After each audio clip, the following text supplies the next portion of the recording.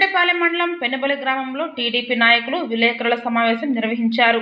ఈ సమావేశంలో కోవూరు మాజీ ఎమ్మెల్యే ప్రసన్నకుమార్ రెడ్డి ఎమ్మెల్యే ప్రశాంత్ రెడ్డిపై చేసిన వ్యాఖ్యలను స్పందించారు. టీడీపీ నాయకుడు మహేంద్ర మాట్లాడుతూ గత ప్రభుత్వంలో పెనుబలిలో చేసిన అభివృద్ధి ఏమీ లేదని అన్నారు. నిధులు ఒకరివి, పేర్లు మరొకరివి అంటూ ధ్వజమెత్తారు. ఈ రెండేళ్ల టీడీపీ పాలనలో సుమారు 3 కోట్ల రూపాయల అభివృద్ధి కార్యక్రమాలు పెనుబలిలో చేశామని గుర్తు చేశారు. దమ్ముంటే చర్చకు రావాలంటూ ఆయన ప్రసన్నకు సవాల్ విసిరారు.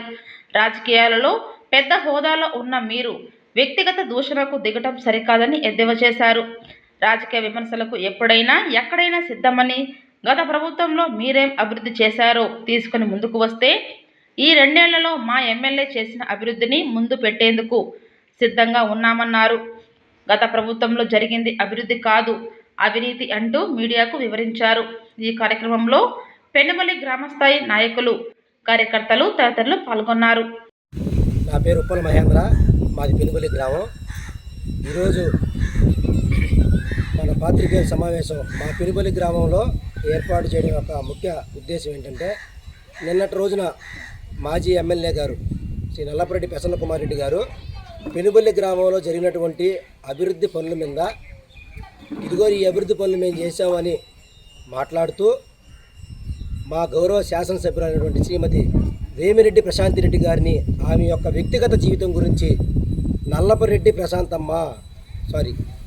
సోమిరెడ్డి ప్రశాంతమ్మ అని ఆయన సంబోధించడం జరిగింది. దీని గురించి మాట్లాడుతూ అదేవిధంగా ఏదైతే ఆయన అభివృద్ధి మేము చేశామని పెనుబలి గ్రామంలో చెప్పారో ఆ యొక్క వీడియో క్లిప్ కూడా ప్రతి ఒక్కరి దగ్గర ఉంది, అది కూడా చూపిస్తాము. అందులో మొదటగా ఆయన చెప్పింది ఏంటంటే, ఇప్పుడు మనందరం ఇక్కడ ఎక్కడైతే కూర్చున్నామో ఈ సచివాలయ భవనం మేము కట్టామని చెప్పాడు ఆయన. రైట్, మీరే కట్టారు, మేము కాదంటోలే. ఈ సచివాలయ భవనానికి 60 లక్షల రూపాయలు నిధులు మేము తెచ్చానని చెప్పాను. అయ్యా, నల్లపరెడ్డి ప్రసన్నకుమార్ రెడ్డి గారు తమరు వేసినటువంటి స్టోన్ ఒక్కసారి మీ అందరికి కూడా చూపిస్తాం మీడియా మిత్రులకి. బాగా చూడండి, 40 లక్షల రూపాయల నిధులు ఇక్కడ వేసి ఉండేది. 40 లక్షల రూపాయల నిధులు ఇక్కడ వేసి ఉండవు. 60 లక్షల రూపాయల నిధులు ఆయన తెచ్చి దీన్ని కట్టానన్నాడు. పోతే ఈ సచివాలయం బిల్డింగ్ చేసినటువంటి కాంట్రాక్టర్ మీరు ఎవరినైనా అడిగితే ఆ కాంట్రాక్టర్కి సంబంధించిన బకాయిలు 2 లక్షల రూపాయలు ఇంకా అతనికి ఆగుంటే మా గవర్నమెంట్లో మా ఎమ్మెల్యే గారు 15th ఫైనాన్స్ కింద పంచాయతీ నిధుల్లో నుంచి ఈ 2 లక్షల రూపాయలు ఆయనకి బకాయి ఉంటే ఇదే సచివాలయం సంబంధించిన 2 లక్షల రూపాయలు మా గవర్నమెంట్లో ఇచ్చాం. అది అభివృద్ధి కాదు మీరు చెప్పింది. అదేవిధంగా తమరు మాట్లాడుతూ మళ్ళీ ఇంకోటి చెప్పారు. ఏం చెప్పారంటయా, కాగులపాడు రోడ్డు బాంబే రోడ్డు నుంచే పెనుబల్లికి 2,20 లక్షల రూపాయలతో బీటీ రోడ్డు, సిమెంట్ రోడ్డు వేసామని చెప్పారు. అది పెనుబల్లిలో అభివృద్ధి కిందకి రాదయ్యా. కాగులపాడు నుంచి స్టార్ట్ అవుతుంది. అది పెనుబల్లిలో ఒక 100 మీటర్ల నుంచి 150 మీటర్లు తప్ప అదంతా కాగులపాడుకు వస్తుంది తప్ప పెనుబల్లి అభివృద్ధి పనికి రాదు. అది పెనుబల్లి గ్రామంలో అభివృద్ధి పని కాదు. అది కూడా ఇప్పుడే సార్ మీరు 2021 నవంబరు వరదలు వచ్చి 3 సంవత్సరాల పాటు అదే గతుకుల్లో జనాభా తిరిగితే ఎలక్షన్ ముందు ప్యాచ్ వర్కులు చేసి దాన్ని బిల్లు చేసుకున్నారయ్యా. దాన్ని అభివృద్ధి అనరు, అవినీతి అంటారయ్యా. అదేవిధంగా తమరు ఇంకోటి చెప్పారు. ఏం చెప్పారు, జొన్నవాడ రోడ్డు నుంచే ఓయా పెనుబల్లి మీదగా బుచ్చికి పోతే అది పెనుబల్లి అభివృద్ధి పని ఎలా వద్దయా? అది పెనుబల్లి గ్రామంలో అభివృద్ధి పని కాదయ్యా. దాన్ని కూడా ఏం చేశారు మీరు, ప్యాచ్ వర్క్ చేసి రోడ్డు వేసినట్టుగా బిల్లులు చేసుకున్నారా తమరు. అది అభివృద్ధి పని కాదయ్యా, అది తమరు అవినీతి అయ్యా. అదేవిధంగా తమరు మాట్లాడితే ఏం చెప్పారంటే, ఇక్కడే మండల ప్రజా పరిషత్ స్కూల్ ఉంది. ఈ స్కూల్కి 15 లక్షల రూపాయలు నాడు నేడు కింద మేము కేటాయించామని చెప్పారు. కరెక్ట్, మీరు కేటాయించారు, మంచిదే. ఏం చేశారు, పర్మనెంట్ బిల్డింగ్ ఏమైనా కట్టారు? అక్కడ పిల్లలకి అదనపు తరగతులు లేవు. మీరు ఏమైనా ఒక్క బిల్డింగ్ ఆ మండల పరిషత్ స్కూల్లో మీరు కట్టారా? కట్లా. ఏం చేశారు మీరు, ఆల్రెడీ ఉన్న ఎగ్జిస్టింగ్ గోడ మీద 2 ఇటుకరాలు పేర్చి దాన్ని సున్నంతో పూడ్చి పెయింట్ వేసి దాన్ని 15 లక్షల రూపాయలు బిల్లు చేసుకున్న ఘనత మీదయా. దాన్ని అభివృద్ధి అనరు, అవినీతి అంటారు. అదేవిధంగా తమరు చెప్పారు, హై స్కూల్లో 45 లక్షల రూపాయలు మేము కేటాయించాం నాడు నేడు కింద, 30 లక్షల రూపాయలు మేము కేటాయించామని చెప్పారా. వాస్తవం. వరదలు వచ్చిన తర్వాత హై స్కూల్లో చుట్టూ ప్రహరీ గోడ పడిపోతే మీరు 45 లక్షల రూపాయలు కేటాయించడం వాస్తవమే. నాడు నేడు కింద ఫేజ్ 1 కింద 30 లక్షల రూపాయలు కేటాయించమని చెప్పారు. ఏం పని చేశారు, పర్మనెంట్ బిల్డింగ్ ఏమైనా కట్టారా స్కూల్లో? ఫేజ్ 1 కింద మీరు ఒక్క పర్మనెంట్ బిల్డింగ్ కూడా కట్టలేదు. ఇది వాస్తవం. మీడియా మిత్రుల సోదరుల ఆధ్వర్యంలో మేము చెప్తా ఉన్నాం. మీరు ఇప్పుడే రండి, మనం అక్కడికి వెళ్దాం. ఏం చేశారు, ఆల్రెడీ ఉన్న రూములు క్లాస్ రూముల యొక్క పెచ్చులు లేకొట్టి సున్నం పూసి పెయింట్ వేసి బల్లలు దింపి 30 లక్షల రూపాయలు బిల్లు చేశారు. ఇది నాడు నేడు. అదేవిధంగా మీరు ఇంకేం చెప్పారంటయ్యా, వరదల గురించి మాట్లాడారయ్యా తమరా. 2021 నవంబర్లో పెనుబల్లి గ్రామ చరిత్రలో చూడనటువంటి వరదలు వచ్చినాయి. వరదలు వచ్చిన ఎన్ని రోజులకి మీరు ఊళ్ళోకి వచ్చారు? ఒక్కసారి మీరు చూడండి, ఎన్ని రోజులకి మీరు ఊళ్ళోకి వచ్చారు? వరదల టైంలో వచ్చి మీరు ఎవరికైనా ఒక సహాయం చేశారా అని మేము అడుగుతా ఉన్నాం ఈ సందర్భంగా. అదేవిధంగా మీరేం చెప్పారు, 2021లో ఫ్లడ్స్ వస్తే మేము నిధులు కేటాయించాం అని చెప్పారు మీరు. మేము ఇప్పుడు ఛాలెంజ్ చేస్తున్నాం, మీడియా ముఖంగా మిమ్మల్ని ఛాలెంజ్ చేస్తా ఉన్నాం. 2021 నవంబర్లో వరదలు వస్తే మీరు జాతీయ విపత్తు కింద ఎందుకు ప్రకటించలేకపోయారని మేము అడుగుతాను మిమ్మల్ని. వందల మంది రైతులు నష్టపోయారు. ఎన్నో ఇళ్లల్లో ఉండే ఫ్రిడ్జ్లు, ఏసీలు అన్నీ మునిగిపోతే మీరు ఇంటికి ఇచ్చింది ఎంత? 2,500 ఇచ్చారు. అది కూడా అన్ని ఇళ్ళకి ఇచ్చారా మీరు అని మేము అడుగుతాను. అది చేయకపోగా సాక్షాత్తు ఆనాటి మాజీ ముఖ్యమంత్రి సీఎం జగన్మోహన్ రెడ్డి గారు పెనుబల్లి గ్రామానికి వస్తే పెనుబల్లి గ్రామంలో ఉన్న ఏ ఒక్కరినైనా ఆయన దగ్గరికి మీరు పోనిచ్చారా అని అడుగుతా ఉన్నా. ఆ రోజు మా గ్రామంలో తెల్ల కాగితం పట్టుకుంటే మీరు హౌస్ అరెస్ట్ చేయించారయ్యా. మహిళల చేతికన్నా కనీసం ఒక కాగితం రాపించయ్యా, మా గ్రామం ఇంత నష్టపోయిందని మాజీ ముఖ్యమంత్రి దగ్గర పంపిద్దామంటే ఒక మహిళని హౌస్ అరెస్ట్ చేసిన ఘనత మీది, మీ ప్రభుత్వాన్ని. మా నాయకుడు కోసూరు గోపి గారి భార్య ఇంటి దగ్గర నువ్వు కానిస్టేబుల్ని, ఎస్ఐనే 4 కానిస్టేబుల్ని పెట్టావు. అదయ్యా మీ ఘనత. ఆ రోజు తమరు ఛాలెంజ్ చేస్తా ఉన్నాం మేము.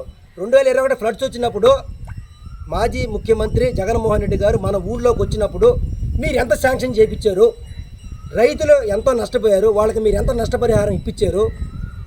ఇల్లులు మన ఊరు మొత్తం మునిగిపోయింది, పెనుబల్లి గ్రామం అంతా మునిగిపోయింది. మీరు ఎంత ఇప్పించారు మీరు చెప్పండి, ఆధారాలతో చెప్పండి. మీరు 2,500 ఉల్లిపాయలు ఇచ్చాం, ఎర్రగడ్డలు ఇచ్చాం, ఈ కాదయ్యా. రైతులకు మీరు ఎంత ఇప్పించారు? ఎంత నష్టపోయి ట్రాక్టర్లు కూడా మునిగిపోయి తుప్పు పట్టిపోయాయి. పొలాల్లో ఉన్న ట్రాక్టర్లు మునిగిపోయి తుప్పు పట్టిపోతే మీరు రూపాయి ఇచ్చిన దాఖలాలు లేవు. బ్యాంక్ అది కూడా మీ సొంత డబ్బులతో ₹1 ఇవ్వలేదు హై స్కూల్కి. బ్యాంకులు DCMS చైర్మన్ గారు, ఆ రోజు సోరా శ్రీనివాసరెడ్డి గారు ఓవేర్ బ్యాంక్ చైర్మన్గా ఉంటే సోరా సేనన్న గారు 10 లక్షలు ఇచ్చారు. అది కూడా ఏంది, బ్యాంకు డబ్బులు ఇచ్చారు. మీ డబ్బులు మీరు ఇవ్వలేదయ్యా. మీరేదో మీ సొంత డబ్బులు పెట్టి చేసినట్టుగా చెప్తున్నారు. మీరు చేయలేదు. మీరు 2021 నవంబర్లో వచ్చిన వరదలను ఏం చేసుకున్నారు? మీరు దాన్ని ఆసరాగా తీసుకొని దోచుకున్నారు. భూముల్లో మేటలు కొట్టేస్తే ఇసుకంతా అక్కడ ఉండిపోతే వాళ్ళు పర్మిషన్ తెచ్చుకుంటే రైతులు దాన్ని నువ్వు తోలుకోనీయకుండా చించేశారు. ఆ పర్మిషన్ని వాళ్ళు మాల మహానాడు ద్వారా పర్మిషన్ తెచ్చుకుంటే చించేసి మీరు దోలేరా మట్టి, వాళ్ళు దోలేదయ్యా. ఇది తమరు చేసిన అభివృద్ధి కాదు, అవినీతి. అదేవిధంగా మీరు ఇంకోటి కూడా అడిగారు మా ఎమ్మెల్యే గారి గురించి. నువ్వు ఏదైనా ఒక పెన్షన్ ఇచ్చావా అని మా ఎమ్మెల్యే గారిని మీరు అడిగారు. ఇదిగో మీకు పత్రికా ముఖంగా చూపిస్తున్నాం సార్. పెనుబల్లి గ్రామంలోనే స్పౌస్ పెన్షన్లని ఈ ప్రభుత్వం వచ్చిన తర్వాత 17 మందికి ఇవ్వడం జరిగింది. ఆ 17 మంది లిస్టు కూడా మీ పత్రికా ముఖంగా చూపిస్తా ఉన్నాను.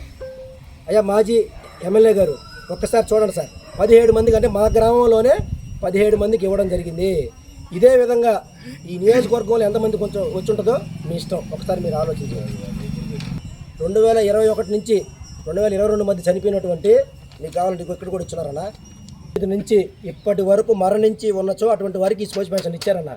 ఆ రోజు వైసీపీ గవర్నమెంట్ నుంచి ఎదురు చూసి ఆ మహిళలకు రాకపోతే ఈ గవర్నమెంట్లో 17 మందికి పెన్షన్ శాంక్షన్ చేయడం జరిగింది.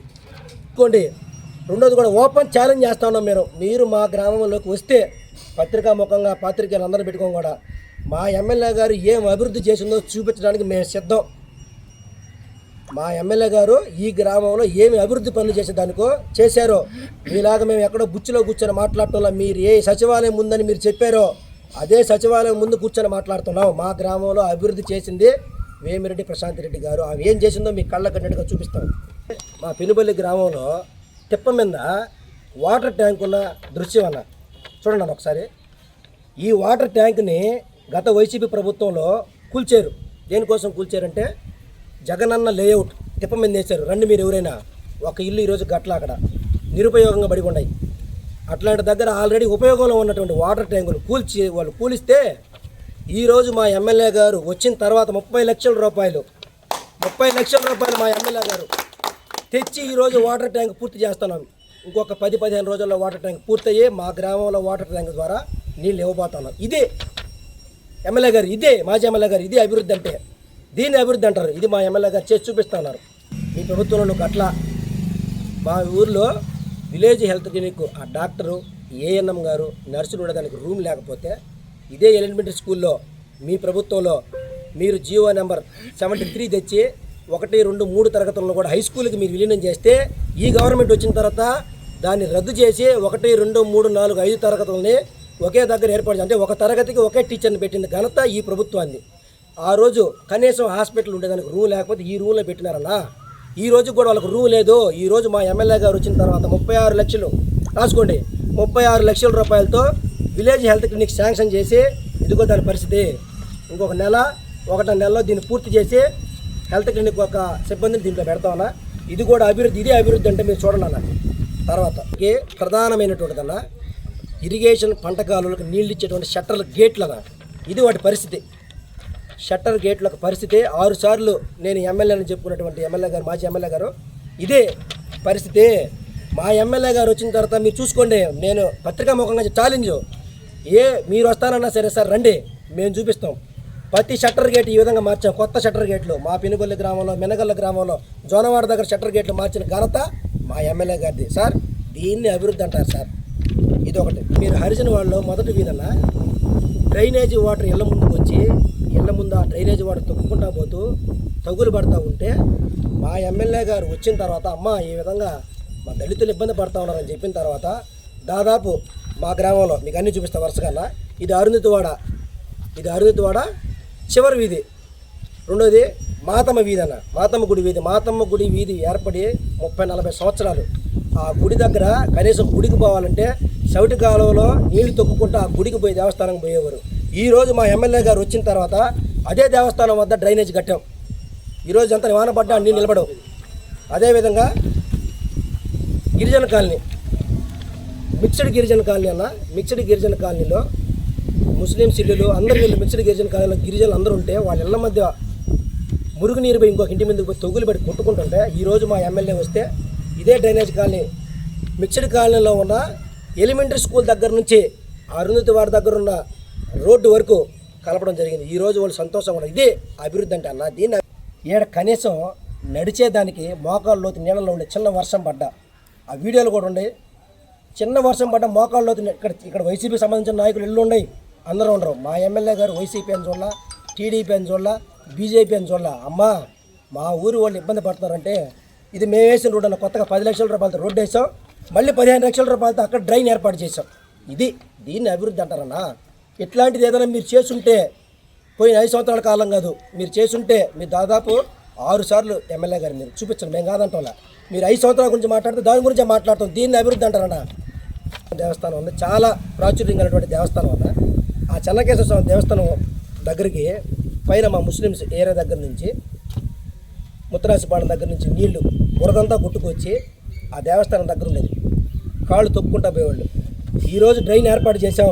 హరిజనవాడ మొదటి వీధి కానించి దేవస్థానం కానించి పైకి ముత్తరాసిపాలెం వరకు డ్రైన్ ఏర్పాటు చేసాం.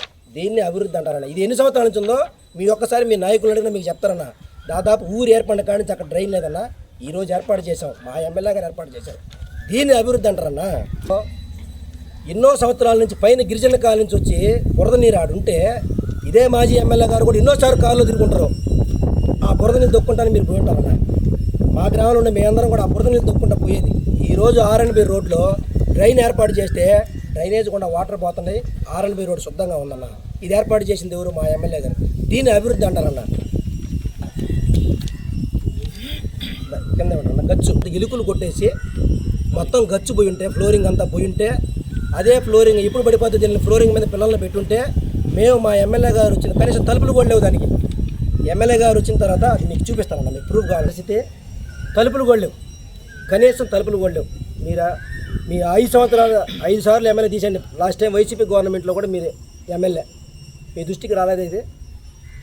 ఈరోజు మా ఎమ్మెల్యే గారు వచ్చిన తర్వాత ఎందుకన్నా తలుపు ఏర్పాటు గిరిజన బెడ్లాడు ఉండేది, తలుపు ఏర్పాటు చేసాం.